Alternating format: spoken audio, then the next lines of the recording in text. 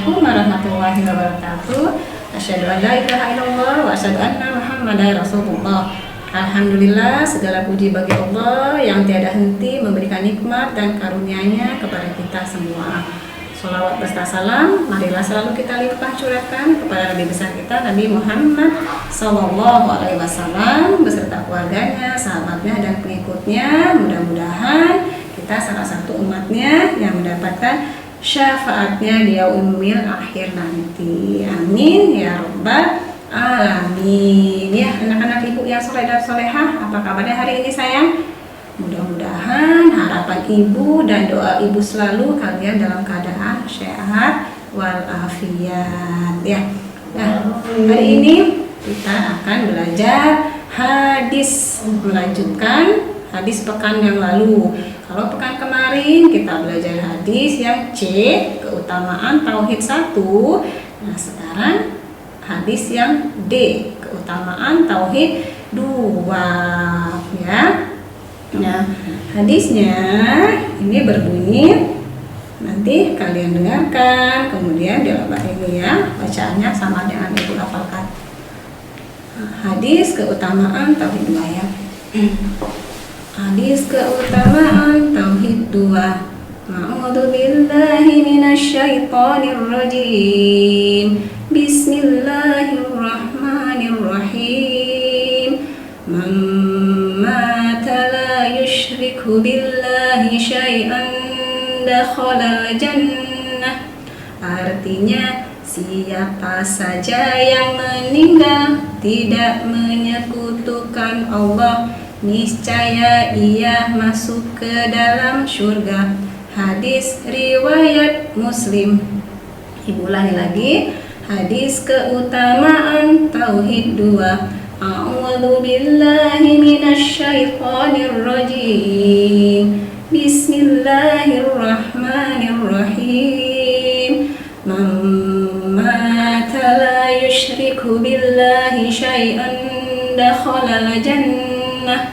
Artinya, siapa saja yang meninggal tidak menyekutukan Allah, niscaya ia masuk ke dalam surga. Hadis riwayat Muslim.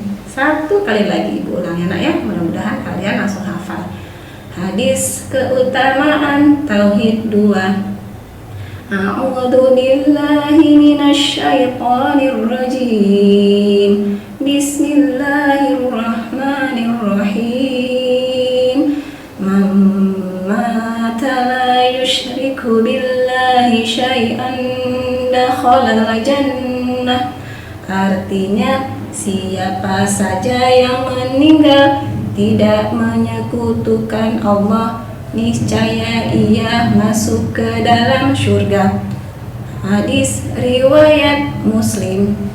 Ya, itu tadi lafal hadis beserta artinya tentang keutamaan tauhid 2. Nah, sekarang ayo kita sama-sama pahami, sama-sama kita ketahui supaya kita jangan sampai na'udzubillah min dzalik menjadi orang yang menyekutukan Allah. Maka dari itu kita harus tahu perbuatan apa saja sih yang menyekutukan Allah itu. Nah, ada 2 contoh perbuatan menyekutukan Allah. 1, menyembah berhala, pohon, matahari, atau roh nenek moyang. Nah, termasuk di dalamnya datang ke kuburan, di sana minta doa di atas makam, itu tidak diperbolehkan, termasuk perbuatan menyekutukan Allah ya. Kemudian contoh yang kedua, meminta pertolongan kepada dukun, orang pintar, dan lain sebagainya. Itu misalnya ketika dikasih penyakitnya belum sembuh-sembuh, sudah berobat ke dokter, tidak sembuh juga, akhirnya datang ke dukun, minta pertolongan dukun. Itu pun sama ya, nah, tidak diperbolehkan ya. Nah, itu contoh perbuatan yang menyekutukan Allah. Nah, bagaimana caranya supaya kita bisa menghindari perilaku menyekutukan Allah, supaya kita selalu menjadi muslim yang sejati, yang selalu menjalankan semua ajaran-ajaran yang diperintahkan oleh Allah dan menjauhi larangannya ya. Cara menghindari perilaku menyekutukan Allah, Yang pertama, menghayati dengan baik, meyakini bahwa tiada daya upaya selain daripada Allah. Segala sesuatu yang terjadi di muka bumi ini semuanya atas kehendak dan kekuasaan Allah. Daun yang jatuh sehelai pun itu tidak akan terjadi kalau Allah tidak berkehendak. Sekecil apapun kejadian yang ada di muka bumi ini semuanya atas izin daripada Allah. Tidak ada yang kebetulan, ya, semua ini. Ya, yang kedua, melaksanakan ibadah sholat dengan baik dan benar. Perlu digarisbawahi, baik dan benar. Jadi sholat tidak hanya melaksanakan sholat sebagai menggugurkan kewajiban, tetapi sholatnya misalnya terburu-buru sehingga tidak tumanina, gerakannya tidak benar, kemudian bacaannya makhrajul hurufnya tidak betul. Ya, itu pun harus diperhatikan, tidak hanya melaksanakan sholat saja, tapi harus baik dan benar, itu kuncinya, ya. Yang ketiga, memperbanyak zikir. Zikir apa artinya, sayang? Zikir artinya mengingat. Hendaknya segala aktivitas kita selalu kita zikir mengingat Allah, dan doa memohon ampunan dan perlindungan dari godaan syirik, ya. Yang keempat, banyak-banyak mengingat betapa besarnya dosa dan balasan bagi mereka yang berbuat syirik, supaya timbul ketakutan ketika kita akan melakukan perbuatan syirik. Ingat, azabnya bagi yang syirik itu tidak diampuni bersama Allah. Nah, itu jadi harus diingat betapa besarnya dosa dan balasan bagi mereka yang berbuat syirik.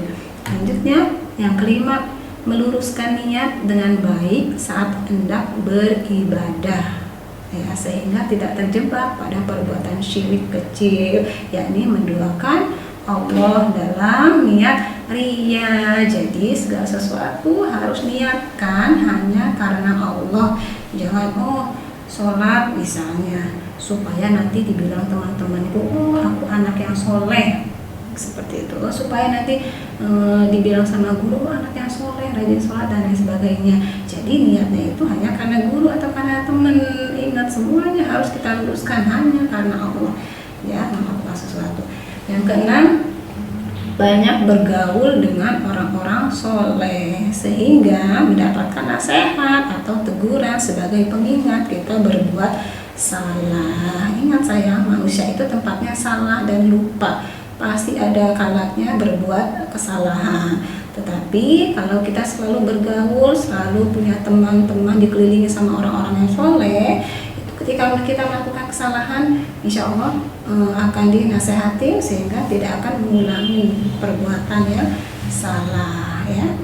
Jadi usahakan bergaulah, carilah teman orang-orang yang soleh, ya, supaya bisa membimbing ketika kita berbuat salah. Kemudian yang ketujuh, tawakal, pasrah kepada Allah atas qada dan qadar Allah. Jadi pasrah atas ketetapan yang Allah berikan, sehingga jauh dari godaan ramalan seperti bintang, sio, zodiak itu, ya, atau perbuatan syirik yang lainnya. Nah, dengan tawakal seorang hamba berserah diri atas segala sesuatu yang terjadi dalam hidupnya. Semuanya kita pasrahkan kepada Allah. Insya Allah masalah apapun akan terasa ringan ketika kita berpasrah hanya kepada Allah. Ya, itu tadi saya perbuatan-perbuatan yang bisa kita lakukan supaya terhindar dari perbuatan syirik, ya. Nah, hadis keutamaan tauhid 2 ini kalian hafalkan, kemudian kalian sama terjemah Arab sama terjemahan artinya nanti kalian setorkan di hari Kamis itu, ya. Itu saja ya untuk materi hari ini. Mudah-mudahan kalian cepat menghafal. Yang terpenting adalah dari pembelajaran hadis adalah aplikasi mengamalkan hadisnya, ya. Jadi tidak hanya hafal hadisnya, hafal artinya, tapi tidak diamalkan. Ingat, segala sesuatu yang ada di dunia ini, segala sesuatu yang kita punyai itu akan dimintai pertanggungjawaban oleh Allah. Jadi ketika kalian sudah tahu hadisnya, sudah tahu artinya, tapi kalian tidak amalkan, itu nanti pertanggungjawabannya berat di akhirat, ya. Yang terpenting adalah mengamalkan, mengaplikasikan apa yang kalian pahami ya. Itu saja setoran hadisnya di hari Kamis ya, ditunggu oleh wali kelas masing-masing. Ibu akhiri pertemuan hari ini. Assalamualaikum warahmatullahi wabarakatuh.